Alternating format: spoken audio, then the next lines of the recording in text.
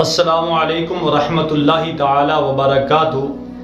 یہ ایک بہن نے سوال کیا ہے کہ جو عورتیں جوڑا باندھ کر بالوں کا جوڑا باندھ کر نماز پڑھتی ہیں کیا نماز ہو جاتی ہے؟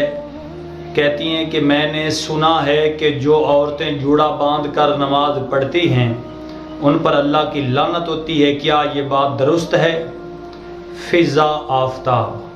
دیکھیں، مسلم شریف کی حدیث پاک ہے، حضرت ام سلمہ رضی اللہ تعالی عنہا نے عرض کیا، یا رسول اللہ صلی اللہ تعالی علیہ وسلم، میں بہت سخت چٹیا باندھتی ہوں، کیا جب میں غسل کروں تو چٹیا کو کھول لوں یا بغیر کھولے میں غسل کر لوں؟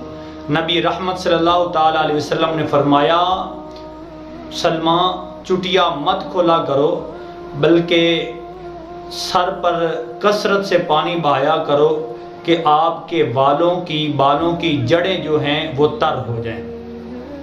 اس حدیث سے علماء استدلال کرتے ہیں، کہتے ہیں کہ عورت کو چٹیا باندھنا جائز ہے اور بہتر ہے، افضل ہے کہ جب وہ نماز پڑھے تو وہ چٹیا باندھ لے، کیونکہ اگر بال کھلے ہوں تو جب سجدہ کرے تو یہ خدشہ ہے کہ بال ظاہر ہو جائیں، چٹیا باندھ لے گی تو یہ خدشہ نہیں رہے گا، بال ظاہر نہیں ہوں گے۔ افضل ہے یہ ہے کہ چٹیا باندھ کر نماز پڑھے۔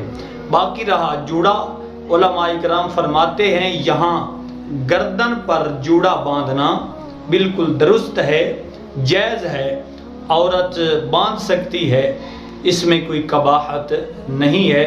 کچھ عورتیں یہاں سر پر جوڑا باندھ لیتی ہیں، سر کی چوٹی پر، یہ علماء فرماتے ہیں درست نہیں۔ باقی چٹیا یا جوڑا گردن پر باندھ کر اگر نماز پڑھے تو بالکل درست ہے، نماز ہو جائے گی۔ مرد حضرات جو ہیں، پہلی بات تو یہ ہے کہ یہ جو بڑے بڑے عورتوں جیسے بال رکھ لیتے ہیں یہ جائز نہیں۔ جو زلفیں وغیرہ رکھتے ہیں، زلفیں رکھنا یہ بہت بڑا اجر ہے۔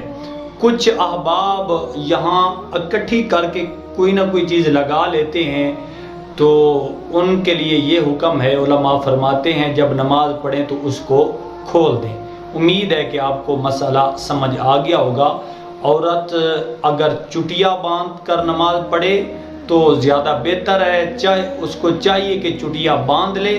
دوسرا یہ مسئلہ بھی آپ کو سمجھ میں آ گیا ہوگا، آپ کی سمجھ میں، کہ جب عورت چٹیا باندھ لے بہت سخت تو یہ ضروری نہیں کہ وہ چٹیا کو کھول کر غسل کرے، بلکہ اگر نہ بھی کھولے تو کھول لے، اس میں بھی حرج نہیں ہے، بلکہ یہ اگر نہ کھولے، بغیر کھولے چٹیا کو سر پر پانی بہا لے، ایسے بہائے کہ جو بالوں کی جڑیں ہیں یہ تر ہو جائیں تو یہ بھی بہتر ہے۔